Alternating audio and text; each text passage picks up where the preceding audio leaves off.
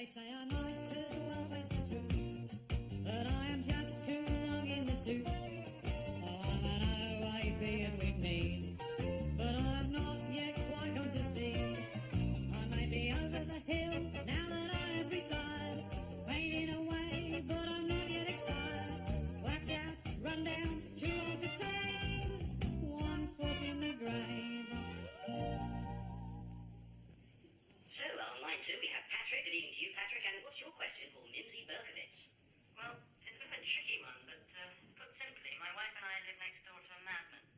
If I tell you a few weeks ago, he put a specially trained crab up my shorts while I was leaving the garden, and that I had to be rushed to hospital with it hanging between my legs. As a passenger on a tube train, you'll get some idea of the problem. What's tricky is that they've invited us round to their house tomorrow for a meal to try and patch things up. I just wonder if we should risk it. It does sound a delicate one, this, but I think on balance I would. Something wrong with this phone? Oh, sorry, yes, it only takes incoming calls at the moment. They were supposed to fix it. Is everything all right, Jean? You've been really fidgety all night. Margaret, do you mind if we go and sit down? Why, whatever is it?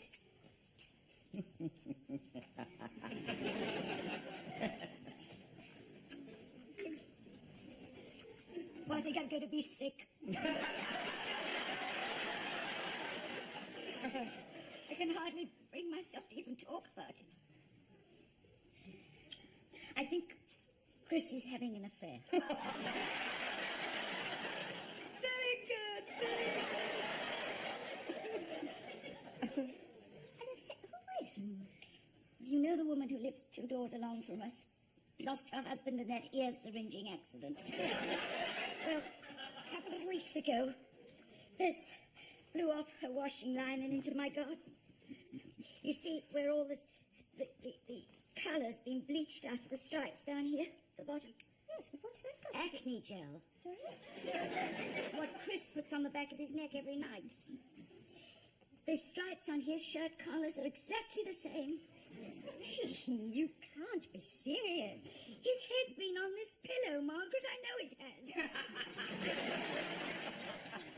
I know you just think I'm being melodramatic and everything. Well, perhaps we'll soon have some proof. I've hired a private detective to follow him about, see if they go anywhere together. I've got to find out, Margaret, one way or the other. If I did find out, he'd be... I don't know what I'd do. I think I just might kill myself. Spam, baked pizza spam. That's very funny. I know, Jean, but you can't just...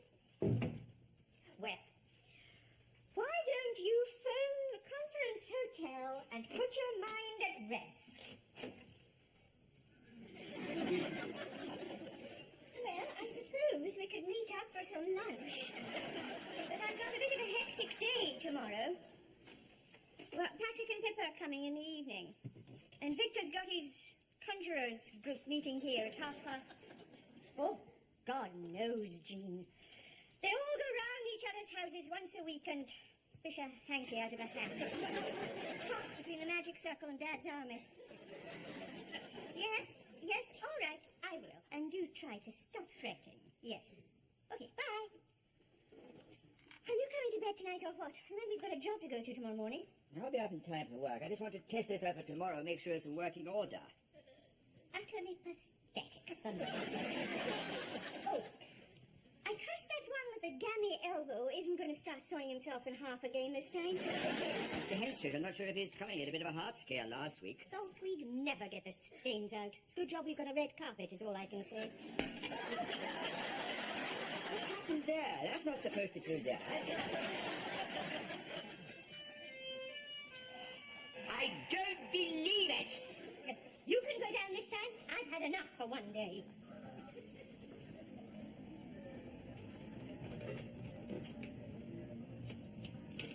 Exploded chipmunk. What? Excuse me, sir. Can we get fuel, please? No. Come on, lads. Straight road. I did not call the sonic fire again. My house is not on fire. Will you please go away? Oh, is it? Sorry, lads, as you were. This is the third time this week your lot have been right. I'm getting pretty bloody sick of it. Yeah, well, I'm sorry, sir, but as you'll appreciate, we've got to take every call seriously. Now then, you've no idea who these pranksters are that keep ringing us up? No. Presumably it's somebody I've annoyed in the past who's trying to get their own back. We've drawn up a short list of 5,000 names. Yeah, right. Well, I'm sorry for the inconvenience, sir. Good night to you. Good night.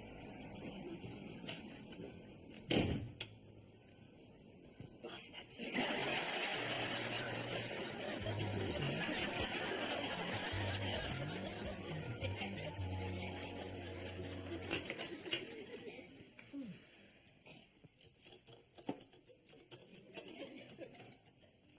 Morning, Mr. Meldrew.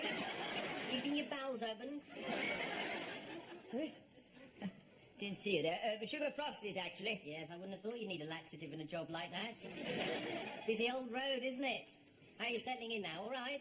Very well, thank you. Picked it up straight away, no problems of any kind. Oh, good, good, that's nice, yes. No one's said anything to you about Psycho Sam as yet, then? Psycho Sam? No, that's fine if they haven't. No, there's no point making you a bag of nerves before you start. That's just what you don't want. In any case, I'm not sure he hasn't had his heavy goods licence withdrawn. After what happened last Friday afternoon with your predecessor? What happened last Friday afternoon? What about my predecessor? Oh, yes, it's a shame about old Bertie. Nice old chap as well. Yeah, very popular with the children. Shame about old Bertie? Who's Bertie? Look, what are you talking about? Anyway, I better scoot. You see, I've got to pop Auntie's sis down the road and control at 9, so see you about, I expect, and don't go worrying about articulated lorries. You'll be absolutely fine. What? Oh, bit of a to-do out here by the looks of things. Well, bye-bye to then, Mr. Meldrew. You got a lollipop man in here stuck inside a smoke-filled urina. Ah, shit.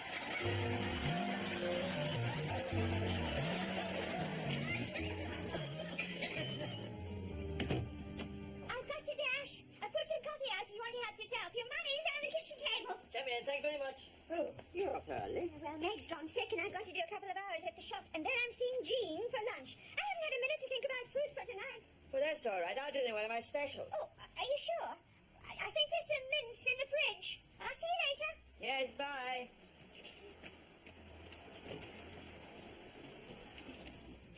Ah, here we are. What did I tell you? My horoscope for the day. Do not under any circumstances go round for a meal tonight at Victor Meldrew's unless accompanied by a trained exorcist. I would ring up and cancel, but I suppose it's a bit inconsiderate, isn't it, really? Dragging him out of his coffin in broad daylight. Wonder what bizarre aquatic species I can expect in the groin this time. Stingray up the rectum? I'll just get off lightly with a couple of barnacles on the foreskin. Can you see an old dirty floor cloth by the door? Yep. Well, would you mind shoving it in your bloody mouth? Oh, very good, very good. I think this is going to be one of my good ones. Now, the magic formula. 2 teaspoons chili powder in a cup of water. And 1/2 teaspoon cumin.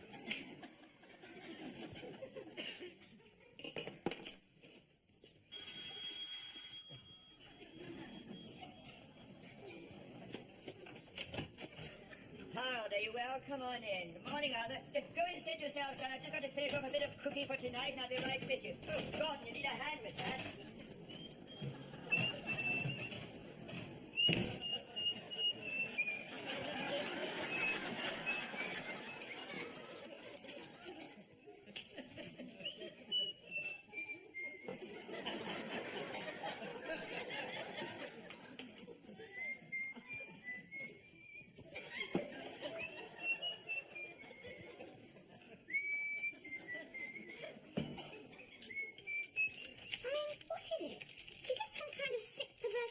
Out of rowing with our neighbours.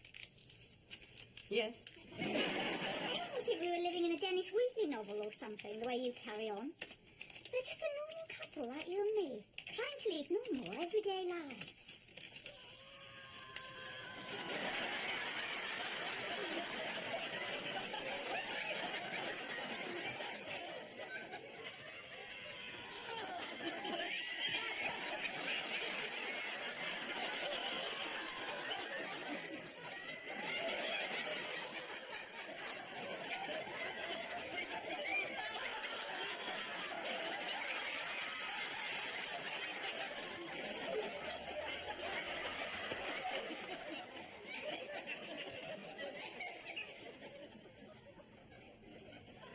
suppose we could try wearing crucifixes.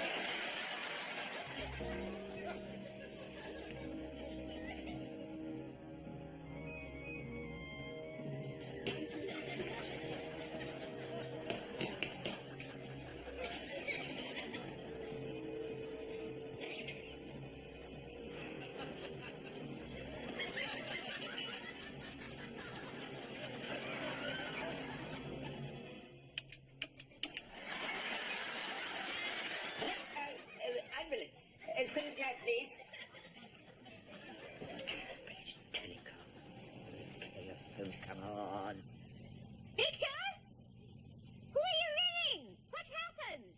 It's old Mr. Henstridge. We think he may have had a heart attack right in the middle of one of his tricks and just suddenly seemed to go... Hello?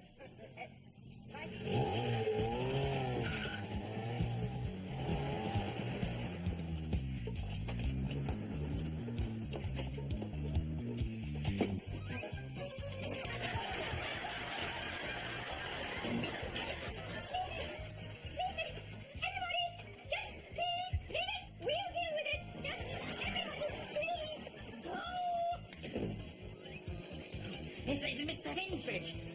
Yes, we think it may be his house. Yes, we know all about it, and we'll deal with it. If you'll just go, what you should leave it and come back for that later. Come on, out you go. That's it. Goodbye. How is it, Jean? Is there anything there?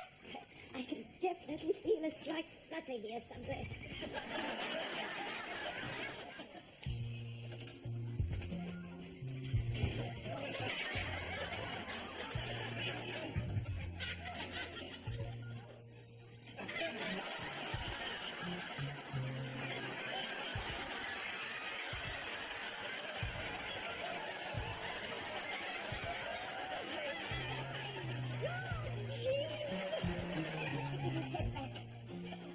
That's it.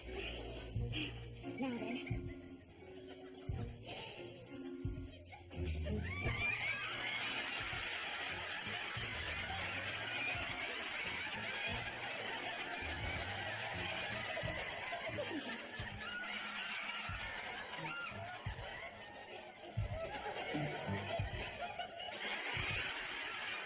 Nothing here. Things. I think he's starting to respond, Margaret. Oh, perhaps we should get him outside into some fresh air. Okay, Mr. Hamish, can you get up? That's it. That's it. Here we go. Right. Upsy daisy. No, lean on me. That's it. Okay, yes. That's it. That's it. Yes.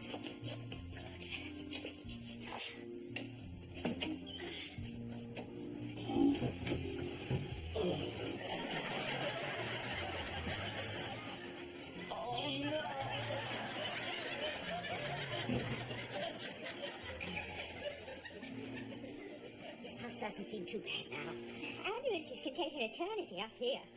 Maybe we should get him to the hospital ourselves. Morning, Mrs. Meldrew. Anything I can do to help at all? What's happened? Is he dead? If this were relative, join him. Haven't said it'd be a good 20 minutes yet. Will you keep that door moving? It's all under control. We've managed to get him out of there. And he seems to be all right. But Mr. Swaley very kindly said he'd run him up to hospital just to be on the safe side. You're going to be late for your next shift if you don't look lively. Look, just go. Jean and I will tidy up the mess. Are you sure? Well, look, I'll speak to you later. I'm sorry about all this. Right. You ready? Right.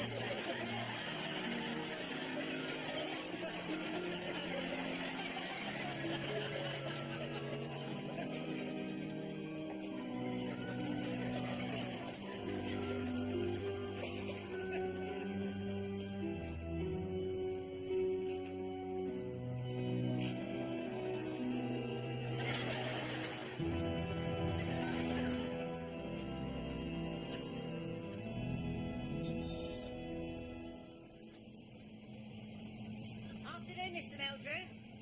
You're still in one piece, then? Evidently. Oh, by the way, your old gentleman, Mr. Henstridge, was fine in the end. They gave him a thorough going over in casualty, and I'm just trying to get him home now in time for tea. But this isn't Mr. Henstridge. This is Mr. Matthews. He hasn't got a wee card. Well, this is the chap your wife asked me to take down to the hospital. Where's Mr. Henstridge then? When I left him... Oh, I don't believe it. You don't mean he's still inside the trunk? Did they explain there what happened? He asked us to chain him up inside, said he'd escaped in 30 seconds flat. After 10 minutes, it all went quiet. Then Mr. Gridley found he'd lost the key, and Mr. Matthews here passed out from shock. I told them to keep searching where I went for an ambulance. I mean, surely to goodness someone must have... Oh, God! He's in there now for 5 bloody hours.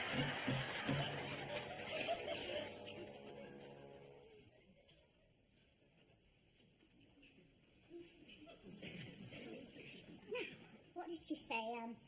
This one's mayonnaise, this one's blue cheese, and I think this one's Thousand Island. So what's this one, then? I think that's an ashtray. Looks suspiciously like pigeon droppings, do you? If you're going to keep making disgusting remarks all night, you're going to get this lot right in your face. And can you see a butter knife at all? Well, there's bound to be one around here somewhere.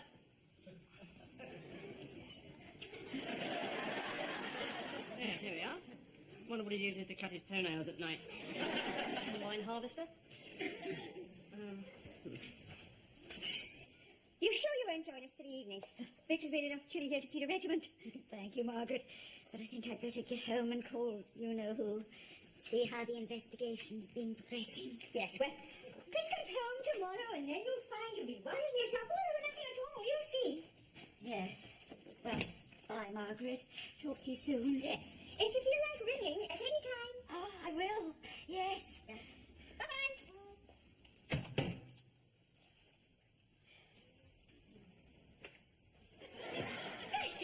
Sorry about that. Now, I expect Victor will be a while yet, and I've still got a couple of things to see to in the kitchen, so you just make yourselves at home. Yes, I'll just settle down and get comfortable sitting on this machete. Spending an evening at the Munsters coming around here. I don't know what nameless horror you're going to come across next.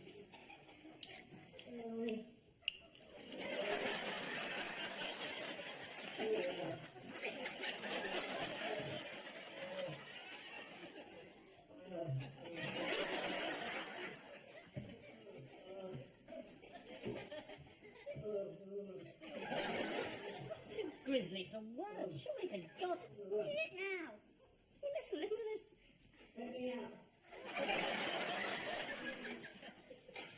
Yes, very good.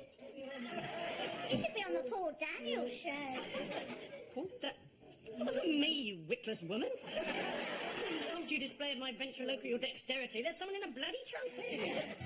There's a body inside here. What? God.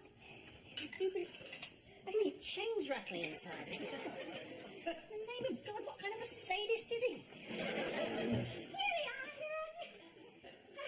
I'm sorry, I forgot to offer you both a drink, didn't I? Now, what would you like? I think there's some martini. I'm not sure whether Victor's left any whiskey.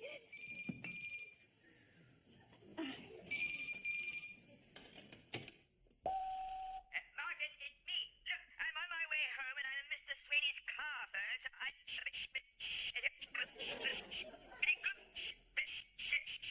Mr. Henry is still inside my big trunk in the sitting room, tied up in a bag with handcuffs on and everything. Out of there, for God's sake, as soon as possible, before that gormless 12 and a husband next door show up in with their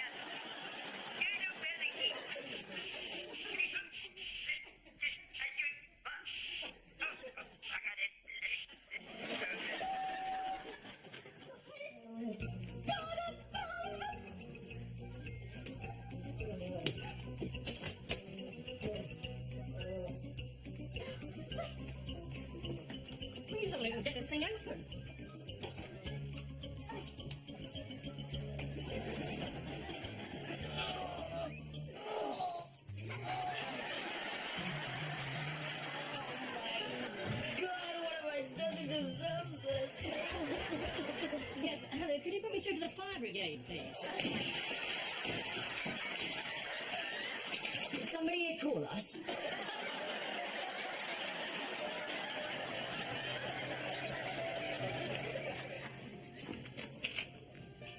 No reply from the War Boss residents. Must be on their way. Oh, I gave Mrs. Henson a quick ring. Said it'd be a while before his back straightens out, but otherwise he's recovering quite well, considering.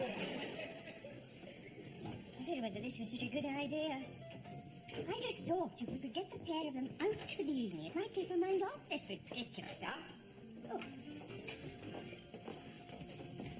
Sorry I'm late. Chris took a wrong turning on the new one-way system. Oh, right. So where is he parking the car? No, he won't be joining us. He just gave me a lift here on his way to the office to collect some things. It's all over between us, I'm afraid. We talked it all through and decided it was for the best. And as there didn't seem much point in prolonging the agony, he's moving in with her tomorrow morning. So it was true. In the end, that woman next door would won? Oh, no. Of course it wasn't. That was me just barking up the wrong tree as usual. Who's he moving in with? That's the worst part of it all, I'm afraid. A private detective.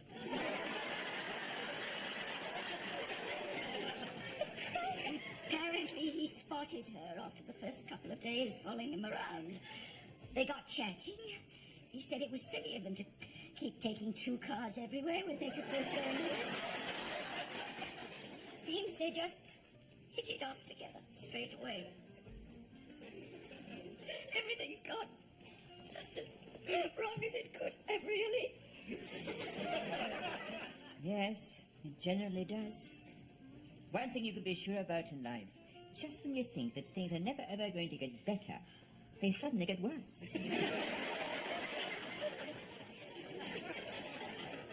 Yes.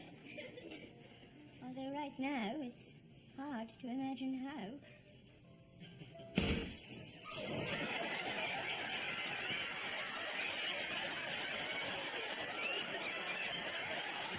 Everybody, no need to panic. This is just a precaution. Somebody upstairs has set fire to a table company's handle. If you don't like to exit through that door, I'll be able to close the door.